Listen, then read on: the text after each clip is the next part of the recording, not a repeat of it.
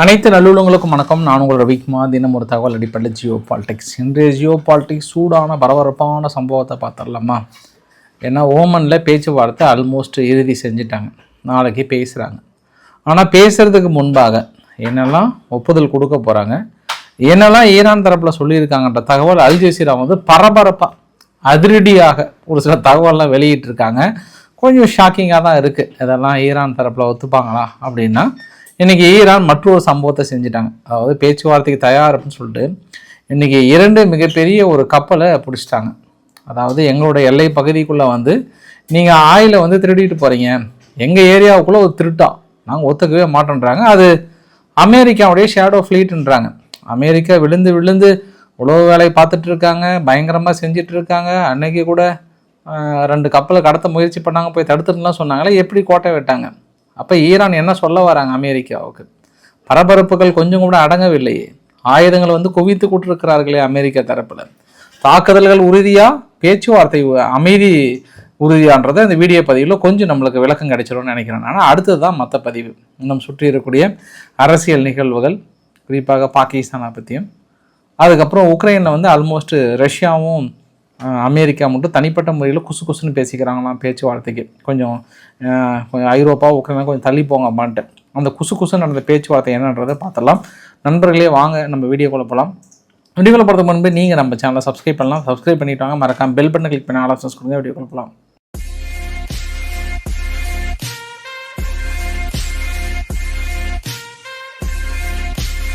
பேச்சுவார்த்தையில் நிறைய கான்ட்ராவர்சிலாம் வந்தது. ஃபஸ்ட்டு ஈரான் தரப்பில் துருக்கியில் தான் பேசணும்னு சொன்ன மாதிரியும், அமெரிக்க தரப்பில் இல்லை ஓமனுக்கு வந்துருங்கன்னு சொல்லப்பட்டதாகவும், அதுக்கப்புறம் ஈரான் மறுத்ததாகவும், உடனே ட்ரம்ப் அவர்கள் ஓடி அயதுல்லா அலி காமெனி வருத்தப்பட வேண்டியது இருக்கும், பேச்சுவார்த்தைக்கு வரலன்னா ஒரு மிரட்டுற ஒரு துணியை எடுத்ததும், அதுக்கப்புறம் ஓடி ஓகே எங்களுக்கு ஒன்றும் பிரச்சனை இல்லை, நாங்கள் வரோம், but give respect take respect அப்படின்ற மாதிரிலாம் ஈரான் தரப்பில் சொல்லியிருந்தாங்க. ஆனால் இந்த டெலகிராம் போன்ற பத்திரிகைகள்லாம் என்ன சொன்னாங்கன்னா, அந்த ஈரான் ஹேவ் ஏ 5 பிளான், 5 திட்டத்தோடு இருக்காங்க. இந்த 5 திட்டத்தில் ஃபஸ்ட்டு அவங்க ஸ்டேட் ஆஃப் ஆர்ம்ஸ் பகுதியை முடித்தாங்கனாவே ஒட்டுமொத்த உலகமும் பரிதவிக்க போகுது. ஏன்னா 30% ஏற்றுமை இருக்கும்போதே அந்த ஏரியாவில் தான் இருக்காங்க. அதனால் ஒன்றும் இல்லை, அது கொசு இடையில் ஓடிச்சு. அதனால் அந்த பகுதியை முடித்தோம் அப்படின்னா ஆல்மோஸ்ட் அமெரிக்கா சீக்கிரமாக வழிக்கு வந்துடுவாங்க. நம்ம அதுக்குள்ளே அடித்து பிரித்து மேய்ஞ்சிடலான்ற மாதிரி 5 திட்டங்களை வகுக்கிறாங்க. ஒன்று கடல் வழி தாக்குதல், இன்னொன்று ஒட்டுமொத்த குளோபலையும் தடுக்கிறது, அங்கே அவதிகள் மூலிமா அங்கே தடுக்கிறது, இஸ்ரேல் அடிப்படைனா ஒரு 5 திட்டத்தை போட்டிருந்தாங்க. சரி, அடடே பயங்கரமான திட்டம் போல் அப்படின்னு சொல்லிட்டு ஈரான் தரப்பில் வெளியில் அந்த டெலகிராம் போன்ற பத்திரிகைகள்லாம் பயங்கர சின்சியராக வெளியிட்டிருந்தாங்க ஒரு கூடுதல் தகவல். ஜெர்மனியினுடைய ஓல் ஷால்ஸ்னு வருது பாருங்க, ஏன்னா நான் பழைய ஞாபகத்தில் இருக்குல்ல, ஃப்ரைட் மில்ஸ் அவர்கள் என்ன சொல்லிட்டாருன்னா, ஏப்பா பேச்சுவார்த்தை போய் முடிங்கப்பா, ஈரான் என்ன இது மாதிரி வள கொலன்னு இழுத்துக்கிட்டு போங்க, சீக்கிரம் பேச்சுவார்த்தை முடித்து பூ உலகில் அமைதியை கொண்டு வந்துருங்க அப்படின்ற மாதிரிலாம் சொன்னாங்க. எப்போவுமே இந்த மாதிரி பேச்சுவார்த்தைக்கு போகிறதுக்கு முன்பு ஒரு சில தகவல்கள்லாம் கசிந்து விடும். இறுதியாக என்ன பண்ண போகிறாங்க, ஒத்துக்கிறாங்களோ இல்லையோ, அமெரிக்க தரப்பில் என்ன ப்ரொபோஸ் பண்ண போகிறாங்க, ஈரான் தரப்பில் என்ன பண்ண போகிறாங்கன்ற மாதிரி. நான் வேறு யாருமே சொன்னால் கூட எனக்கு ஒரு சில நம்பிக்கை இருக்காது. அல் ஜசீரா வெளியிட்டதுனால சரி, அவங்க சொந்தக்காரங்க சேனல் அப்படின்றதுனால ஒரு சில உண்மைகள் வெளியே வரதுக்கு வாய்ப்புகள் இருக்குன்ற அடிப்படையில் நான் சொல்கிறேன் நான். ஏன்னா அல் ஜசீரா, ஈரான், ஓமன், துருக்கிங்கெல்லாம் க்ளோஸ் ரிலேஷன்ஷிப் மெயின்டைன் பண்ணுறாங்க. அதனால் நான் அதன் அடிப்படையில் சொல்கிறேன், நீங்கள் எது தப்பாக நினச்சிக்கேன், இது ஒரு ஃப்ளோவில் நான் சொல்கிறேன் நான்.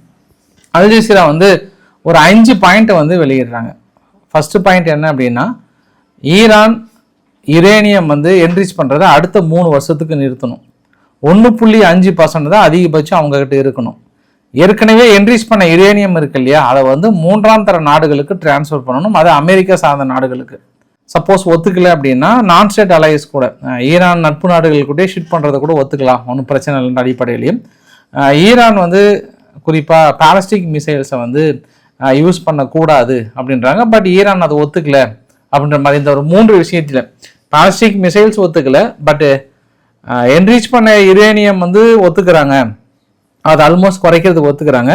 பட் ஏற்கனவே என்ரிச் பண்ணதை தேர்ட் பார்ட்டிஸ் எந்த நாடுகளுக்கு ஷிட் பண்ணலான்ற மாதிரி ஃபஸ்ட்டு அல் ஜசீரா வெளியிட்டிருந்தாங்க. அதுக்கப்புறம் ஒரு 2-3 மணி நேரத்துக்கு அப்புறம் அதே அல் ஜசீரா மறுபடியும் மற்றொரு சேனலை வெளியிடுறாங்க. அமெரிக்கா வந்து நியூக்ளியர் ப்ரோக்ராமை மட்டும் வந்து அவங்க கேட்கல, ஆயுதங்களை அதாவது மிசைல்ஸ் ரேஞ்சும் வந்து ஒட்டுமொத்தமாக ஸ்டாப் பண்ண சொல்கிறாங்க.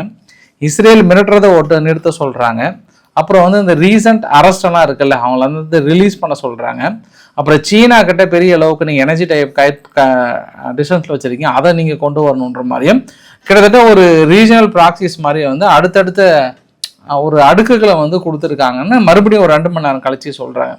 ஸோ இதில் அல்ஜசீரா வந்து குறிப்பிடப்படுகிற விஷயம் என்ன அப்படின்னா, இதையெல்லாம் அவங்க ஈரான் தரப்பில் ஒத்துக்கிறதுக்கு வாய்ப்புகள் இல்லை அப்படின்னா மேபி அவங்க யுரேனியம் கூட ஒத்துக்கிறாங்க. ஏன்னா அவங்க எனர்ஜிக்கு தான் யூஸ் பண்ணுறாங்க, அதாவது பவர் ப்ரொடெக்ஷனுக்காக தான் என்ரிச் பண்ணி வச்சுருக்காங்க, அதனால கூட ஒத்துக்கிறது வாய்ப்புகள் இருக்குது. ஆனால் பாலிஸ்டிக் மிசைல்ஸ் ஏவுகணைகளை தயாரிக்கக்கூடாது, அந்த மிசைல்ஸ் எல்லாம் இல்லாமல் இருக்கணும், ஆல்மோஸ்ட் ஒரு ஆயுதங்கள் இல்லாத ஒரு சூழ்நிலையை ஈரான் கொண்டு வரணும், இஸ்ரேலுக்கு எந்தவித அச்சுறுத்தலும் இருக்கக்கூடாது என்று அமெரிக்கா விரும்புவதை ஈரான் எந்த வகையில் ஏற்றுக்கொள்ளும் என்று தெரியாது. பட் இந்த முரண்பாடான பேச்சுவார்த்தையில் ஒரு சில வெற்றி பெறுவதற்காக துருக்கி, கத்தார், எகிப்து மும்முரமாக வேலை செய்கிறாங்க, படு தீவிரமாக வேலை செய்கிறாங்க. எப்படியாவது ஒன்று சமாளித்த பேச்சுவார்த்தையில் கையெழுத்து போட வச்சிடலாம் அப்படின்ற அடிப்படையில் ஈரான்கிட்ட ரொம்ப தீவிரமாக பேசிகிட்டு இருக்காங்கன்ற மாதிரி வந்து சேனலில் வந்து வெளியிட்டிருக்காங்க. சரி, இதை வந்து நம்ம ஈரான் கன்வின்ஸ் ஆகுமா ஆகாதா, அடுத்த பிரச்சனை கிளப்புறாங்களா, இல்லை அமெரிக்கா தயாராக இருக்காங்களான்னு நம்மளுக்கு மற்றொரு நிகழ்வு உங்களுக்கு நினைவுபடுத்த விரும்புகிறேன். இது ஒரு பக்கம் அப்படியே போயிட்டுருக்கு, ஒரு பக்கம் நியூஸு. இப்போ ஐஆர்ஜிசியினுடைய முக்கிய தலைவர் அப்படின்னா குறிப்பாக நேவலுக்குன்னு ஒரு தலைவர் இருக்கிறார்ல, அவர் என்ன பண்ணுறாரு, அங்கே போயிட்டு நாங்கள் வந்து உலகத்துக்கு ஐஆர்ஜிசியிலேருந்து ஒரு 2 கப்பல் நாங்கள் அர்ப்பணிக்கிறோம், இது எனி டைம் எங்களுடைய கடற்பரப்பில் இல்லீகலாக இதெல்லாம் கொண்டு போகிறாங்களோ படு தீவிரமாக கண்காணித்து எங்களுடைய கட்டுப்பாட்டுக்குள்ளே கொண்டு வந்துடுவோம் அப்படின்னு சொல்லிட்டு இந்த வீடியோ பதிவு கூட மேபி அவர் வந்து இனாகரேட் பண்ணும்போது அந்த பகுதியில் வந்தது கூட சொன்னாங்க. அது இல்லாமல் ஒரு சில அத்தாரிட்டியுமே வந்து கொடுத்துருக்காங்களாம், ஃபுல் ஃப்ரீடமும் கொடுத்துருக்காங்களாம். இந்த மாதிரி பதற்றமான ஒரு சூழ்நிலை நீங்கள் அலோ மைக் ஓவர்னு எங்ககிட்ட கேட்டு நாங்கள் உங்ககிட்ட உத்தரவு கொடுத்தோம், அதெல்லாம் வேண்டவே வேண்டாம் முடிச்சு தள்ளிடுங்கிற மாதிரிலாம் உத்தரவு கொடுக்கப்பட்டதாகும். அடுத்த வரைபடத்தில் உங்களுக்கு ஃபார்சி ஐலாண்ட் ஒன்று இருக்குது பாருங்கள். அந்த ஃபார்சி ஐலாண்டில் பக்கத்தில் ஒரு 2 கப்பல் ஆல்மோஸ்ட் 1 மில்லியன் லிட்டர், 1 மில்லியன்லாம் எவ்வளோ, 10 லட்சம் லிட்டர், 10 லட்சம் லிட்டர் இருக்கக்கூடிய குருடாயில வந்து அலேக்கா கடத்திட்டு போயிட்டாங்க. இந்த மாதிரி 2 கப்பல்கள், அதில் வேலை செஞ்சவங்க 15 ஃபாரின் க்ரூ மெம்பர்ஸ் வந்து டீடைன் பண்ணிட்டாங்க, அரெஸ்ட் பண்ணிட்டாங்க.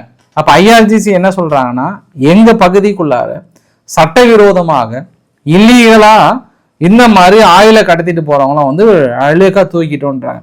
நான் என்ன உங்ககிட்ட ரிமைண்டர் பண்ண விரும்புகிறேன் அப்படின்னா, நேற்று இதே மாதிரி ஒரு சம்பவம் நடந்தது. இதே மாதிரி யூகேனுடைய மிகப்பெரிய ஒரு கப்பல் ஒன்று மேபி ஆயுதம் கொண்டு வந்திருக்கலாம், ஆனால் அது ஃபுல்லாக அவங்க ரிவீல் பண்ணல. ஆனால் இதே மாதிரி ஒரு 3 போட் பக்கம் ஐஆர்ஜிசி பெருசாக ட்ரை பண்ணுறாங்க, இடைமறித்து கொண்டு போகணும்னு ட்ரை பண்ணாங்க.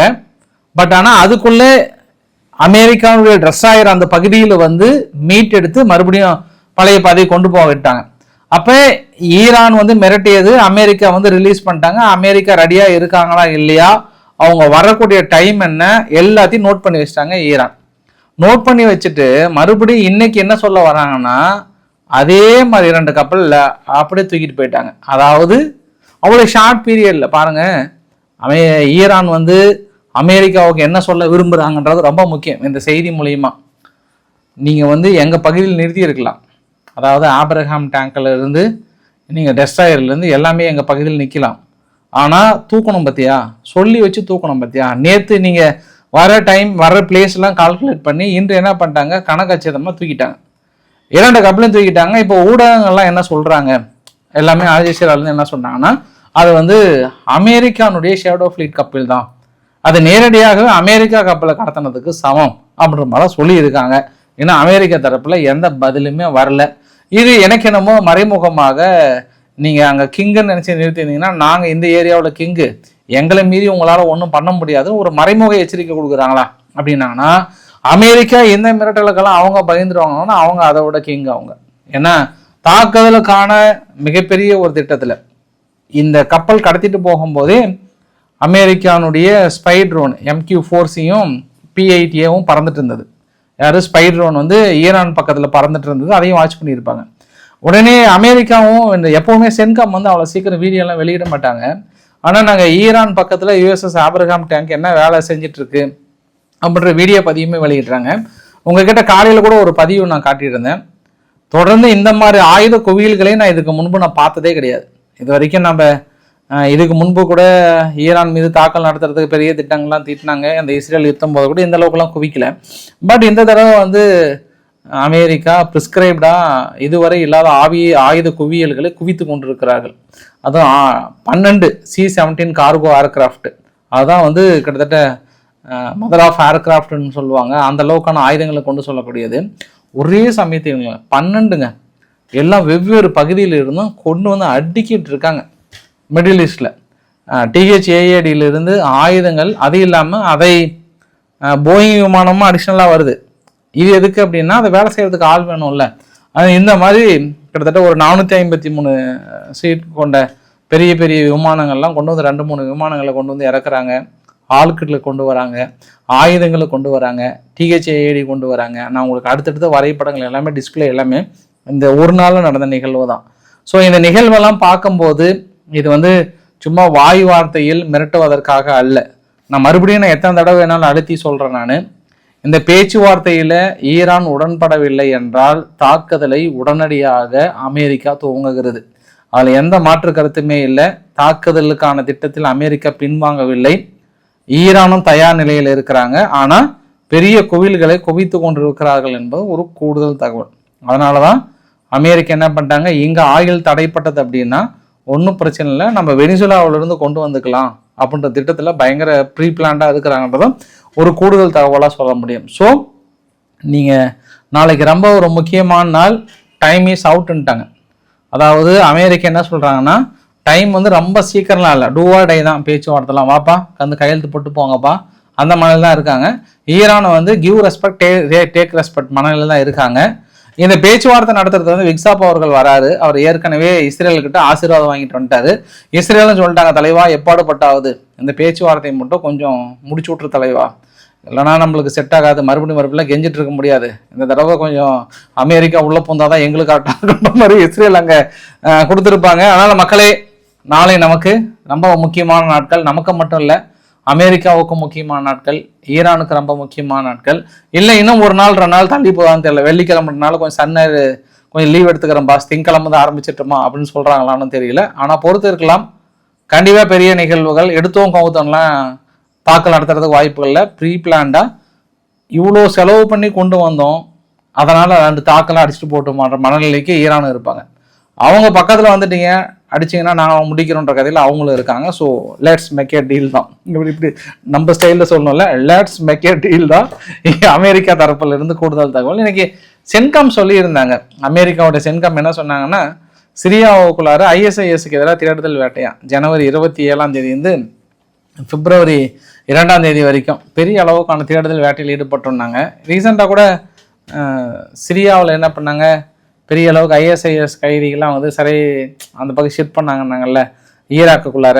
ஈராக் விசாரணை நடத்திட்டு அதுக்கப்புறம் இல்லை நாங்கள் ஒப்புதல் கொடுக்குறோன்னு சொல்லிட்டு இருக்கிறவங்களை கொண்டு ஒப்புதல் கொடுத்துட்டாங்க. அங்கே சிரியாவில் இருக்கக்கூடிய அமெரிக்க நிலைகள் வந்து வலுக்கட்டாயமாக வெளியேற்றிட்டாங்க. இன்று வந்து அந்த நிகழ்வை பார்க்க முடிஞ்சது. அந்த வீடியோ பதிவு ஐ திங்க் நான் டவுன்லோட் பண்ண மறந்துட்டேன் நான். ஆனால் அந்த வீடியோ பதிவு பயங்கரமாக இருந்ததெல்லாம். பஸ்ஸு ஃபுல்லாக அடுத்தடுத்து ஈராக்கோட நிலைகளை வந்து கிளம்பி போயிட்டு இருந்தாங்க. So Syria done a good job, very very good job. அந்த இடத்துல வந்து ஒட்டுமொத்தமாக இஸ்ரேலை தூக்கிட்டாங்க. அமெரிக்காவை தூக்கியிருக்காங்க. இப்போ இஸ்ரேலுக்கு என்ன அப்படின்னா, அப்படி நேராக இந்த பக்கம் கோலன் ஹைட்ஸ் பக்கம் வந்துட்டாங்க அப்படின்னா தான் பெரிய சிக்கலாக இருக்கும்னு நினைப்பாங்க. பட் அந்த அளவுக்கு சினியாவும் அகமது அல் சகாரா அவர்களும் வந்து எடுத்தவங்கத்தெல்லாம் முடிவு எடுக்க மாட்டாங்க. பார்க்கலாம் பொறுத்திருந்து என்ன நிகழப் போகிறது என்று. கடைசியில் ட்ரம்ப்போட பழமொழியோட முடிச்சு எல்லாமே. கிரீன்லாந்து விவகாரத்தை பொறுத்த வரைக்கும் ஒரு பீஸ் ஆஃப் ஐஸ் யார் டென்மார்க்கு எடுத்து வச்சுக்கிட்டாங்க. நாங்கள் என்ன கேட்குறோன்னா, இப்போ ஒரு சின்ன கேக் தானே, ஐஸ் கேக் தானே, அதை கொடுத்துருங்கப்பா, ஒன்றும் பிரச்சனை இல்லைன்னு சொல்லிட்டு பேச்சுவார்த்தை போயிட்டுருக்கு. கூடிய விரைவில் அந்த piece of ice, biggest piece of ice வந்து நம்ம கண்ட்ரோலுக்கு வந்துடும், கவலைப்படாதீங்க அப்படின்னு இருக்கிறாரு. அங்கே ஒருத்தர் ரஸ்கா கோஸ்கா வீடியோ போட்டு அடுத்து உங்களை போலந்து பிடிச்சிருவாங்க, இங்கே பிடிச்சிருவாங்க, அங்கே பிடிச்சிருவாங்கன்னு அங்கே கத்திட்டு இருக்கிறாரு. இங்கே ஒருத்தர் நாசுக்கா ஒவ்வொன்றா தூக்கிட்டு கஷ்டம் கனடாவே நினைச்சிருவன்ற மாதிரிலாம் அங்கே ஒருத்தர் பேசிகிட்டு இருக்கிறார் அப்படின்றது ஒரு கூடுதல் தகவல். இந்த வேர்ல்டுலே ஒரு ஒஸ்ட் பிரசிடென்ட் யார் அப்படின்னா அது வேறு யாரும் இல்லையா, இது முன்னாள் அதிபர் பைடன் அவர்கள் தானா. இப்போ நான் அவரை பற்றி திட்டி பேசினா கூட அவர் உட்காந்து சிரிச்சிட்டு போகிறான். ட்ரம்ப் யூ சேயிங் குட் அப்படின்னு வரான். அந்த மாதிரி ஒரு மோஸ்ட் பிரசிடெண்ட்டை நான் இது வரைக்கும் என் லைஃப்ல பார்க்கல. எதுக்கு இருந்தோம் ஏன் இருந்தோன்னு கூட தெரியாமல் போயிட்டாரு. ஆப்கானிஸ்தானில் தனது படைகளை வாபஸ் வாங்கினதுலேருந்து எல்லாமே ரொம்ப ஒஸ்ட்டாக பண்ணிட்டாரு. அவரெல்லாம் இருக்கிறதும் ஒன்று தான், எல்லாம் பார்க்குறதும் ஒன்று தான். நம்ம ஊரில் திட்டுவாங்களே, வீட்டில் திட்டுவாங்களே, என்ன மனுஷன் அந்த மாதிரி வந்து கடுமையான ஒரு விமர்சனத்தை முன்வைத்தார் ட்ரம்ப் அவர்கள். கூடுதல் தகவல், பாகிஸ்தான் விவகாரத்தையும் உக்ரைனுடைய விவகாரத்தையும் பார்க்க போகிறதுக்கு முன்பு இன்னைக்கு இந்தியாவுடைய வெளியுறவுத்துறை அமைச்சகம் சார்பாக செய்தியாளர்களை சந்திக்கும் போது ஆயில் பர்ச்சேஸ் என்பது 1.4 கோடி மக்களோட உரிமை. அந்த பர்ச்சேஸ் நாங்கள் பார்த்து முடிவு எடுக்கிறது தான். அது வெனிசுலா கிட்ட வாங்குறதா இல்லை ரஷ்யா கிட்ட வாங்குறதா அப்படின்றது 3ஆம் தர நாடுகளுக்கு உரிமை இல்லை. அந்த உரிமையை யாராலும் பறிக்க முடியாது என்று விளக்கங்களை கொடுத்திருக்கிறது. யார்? இந்தியாவுடைய வெளியுறவு அமைச்சகம் சார்பாக எக்ஸ்டர்னல் அஃபேர்ஸ் மினிஸ்டர் ஜெய்சங்கர் அவர்கள் சார்பாக. அவர் அங்கே இருக்கிறார், அமெரிக்காவில் இருக்கிறார். அடுத்தடுத்த ஒப்பந்தங்களுக்கான பேச்சுவார்த்தை நடந்துட்டு இருக்கு. பட் ஆனால் இங்கே என்ன சொன்னாங்கன்னா, வாய்ப்புகள் இல்லை, அது எங்களோட சுதந்திரத்தை யாராலையும் பறிக்க முடியாதுன்னு ஒரு வார்த்தையை சொல்லிட்டாங்க. அப்போ செய்தியாளர்கள் கேட்குறாங்க, தலைவரே காலையிலிருந்து அஜித் தோவல் அவர்களை பற்றி சும்மா பிரித்து மேய்ஞ்சிட்டு இருக்காங்க. குறிப்பாக ப்ளூம்பர்க் பத்திரிகை என்ன போட்டிருக்காங்கன்னா, அஜித் தோவல் அவர்கள் செப்டம்பர் சமயத்தில் நேராக விறுவிறுன்னு அமெரிக்காவுக்கு போனாராம்.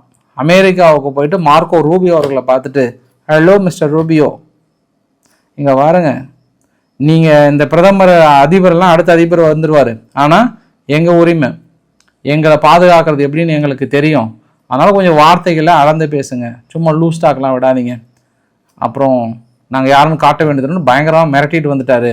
அதனால தான் அமெரிக்கா கொஞ்சம் அடக்கி வாசிக்குது குறிப்பாக அப்படின்ற மாதிரிலாம் ஒரு டைலாக்கை ப்ளூம்பர்க்கில் விட. உடனே நம்ம தமிழக சேனலும் ஒரு சில சேனல்லாம் இருக்குல்ல, அந்த சேனல் வந்து தோவல் செய்த சம்பவம் பிரித்து மேய்ஞ்சிட்டாரு, அப்படியே அமெரிக்காவை பார்த்து மிரட்டிட்டு வந்துட்டாரு, அள்ளு கலந்து போயிருந்தது அமெரிக்கா அப்படின்ற மாதிரிலாம் வந்து சொன்னார். உடனே இவர் சொல்லிட்டாரு, ஐயா இந்த மாதிரி பேஸ்லெஸ் குற்றச்சாட்டுகளை வந்து நீங்கள் வெளியிடாதீங்க, இது வந்து அடிப்படை ஆதாரமற்ற ஒரு குற்றச்சாட்டு, இதெல்லாம் எப்படி செய்தியாக ப்ளூம்பர்க்கில் வெளியிடுறாங்க, இது வந்து முழுக்க முழுக்க தவறு, அப்படிலாம் இல்லைன்ற சொல்கிறாரு. நம்ம என்னென்னா எப்பயுமே ஒரு சில தலைவர்களுக்குன்னு ஒரு சில மரியாதைகள் இருக்கும், அந்த மரியாதைகளை கெடுக்க வைக்கிறது இந்த மாதிரி பத்திரிகைகள் தான். இப்போ அஜித் தோவல் அவர்களுக்குன்னு ஒரு மிகப்பெரிய ஒரு ரெஸ்பெக்ட் இருக்குது, எனக்கெல்லாம் மிகப்பெரிய ரெஸ்பெக்ட் இருக்குது. அதுக்கு நான் எதாவது பக்கத்து பங்காளின்னு நினச்சிக்காதீங்க, அவரை செய்கிற சம்பவம் எல்லாத்தையும் நம்ம சொல்கிறோம் நம்ம. ஆனால் இந்த மாதிரி தேவையில்லாமல் ஓவர் ஐப்பு கொடுத்து அவருக்கு களங்கத்தை விளைவிக்கிறாருங்க ஐயா. உடனே எங்க ப்ளூம்பர்க் பத்திரிகைலாம் போட்டு பிரித்து மேய்கிறாங்க, ஆஹா அமெரிக்காவை மிரட்டிய அஜித் தோவல் அப்படின்ற மாதிரிலாம் போட்டாங்க. சரி நான் நினச்சிக்கிட்டேன், நான் கொஞ்சம் அடக்கி வாசிங்கப்பா இந்த மாதிரி சமயத்தில் பத்திரிகைகளே.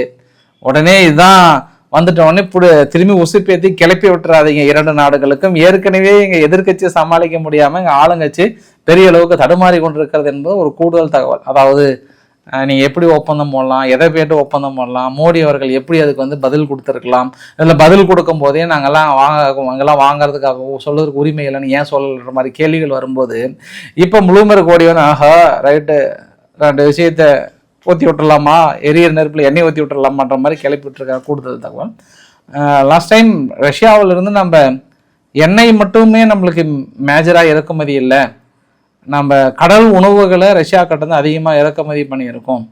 அப்புறம் மிலிட்டரி சம்மந்தப்பட்ட இந்த ஏர்கிராஃப்ட் ப்ரொடக்ஷனுக்கான மற்ற உதிரி பாகங்கள் அதிகமாக இறக்குமதி பண்ணியிருக்கோம்.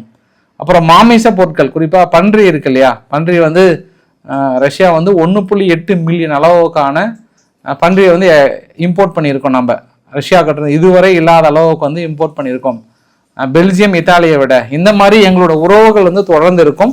பட் இந்தியாவுக்கு அந்த முழு அதிகாரம் இருக்கு, யாருக்கிட்ட வாங்கணும் வாங்கக்கூடாது என்பதில் இந்தியாவுக்கு முழு அதிகாரம் இருக்குன்னுட்டு இன்னைக்கு ரஷ்யாவுடைய வெளியுறவுத்துறை அமைச்சகம் சார்பாக சொல்லியிருந்தாங்க என்பது ஒரு கூடுதல் தகவல்.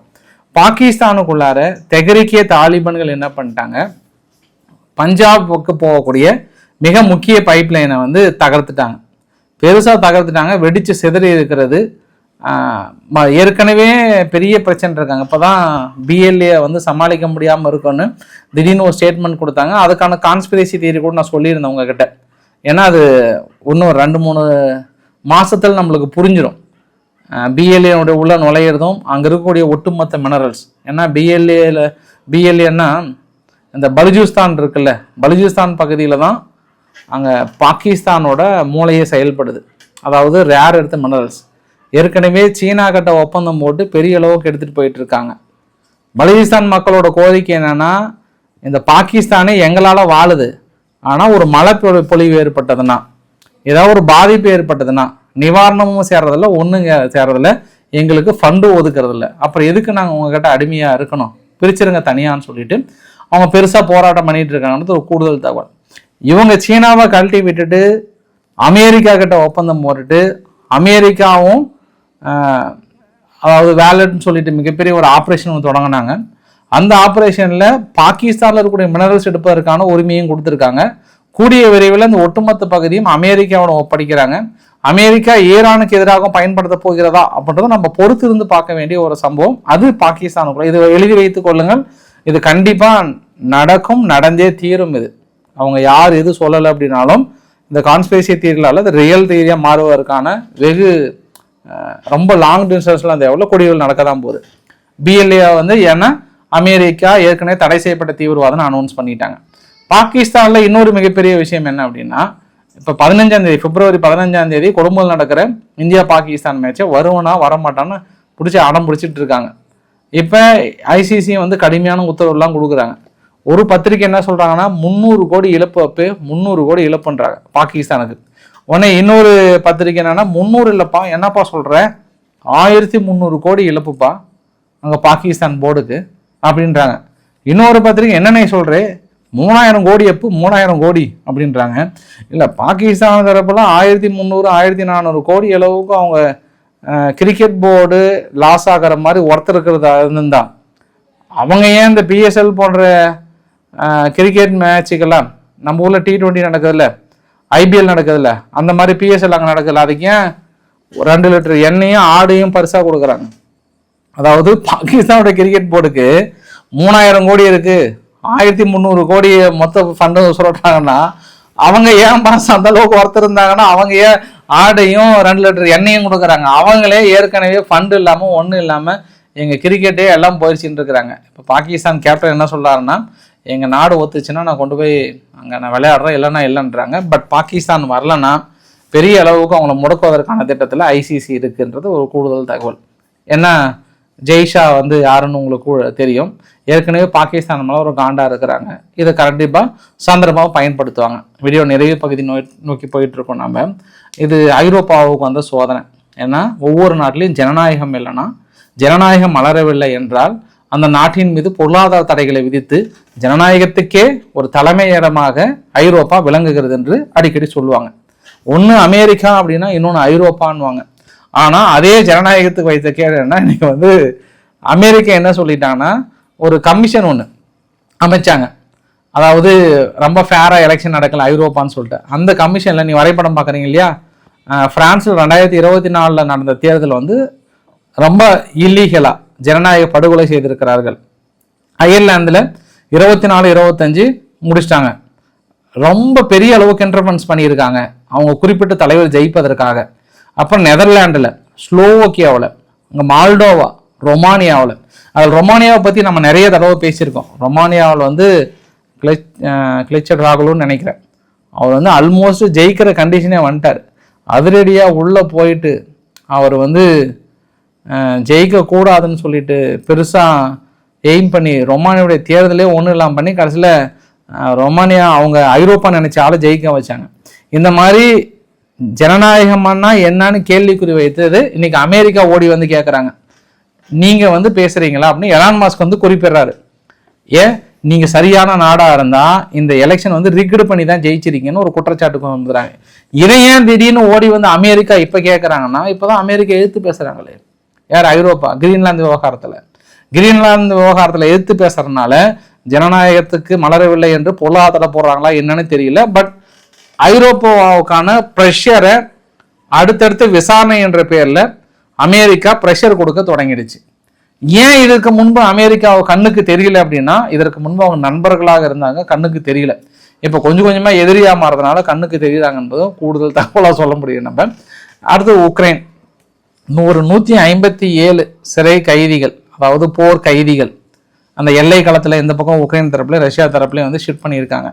பெரிய கண்ணீர் மல்க பெரிய ஒரு விடுதலை காற்றை சுவாசிக்கிறார்கள் என்பது கூடுதல் தகவல்.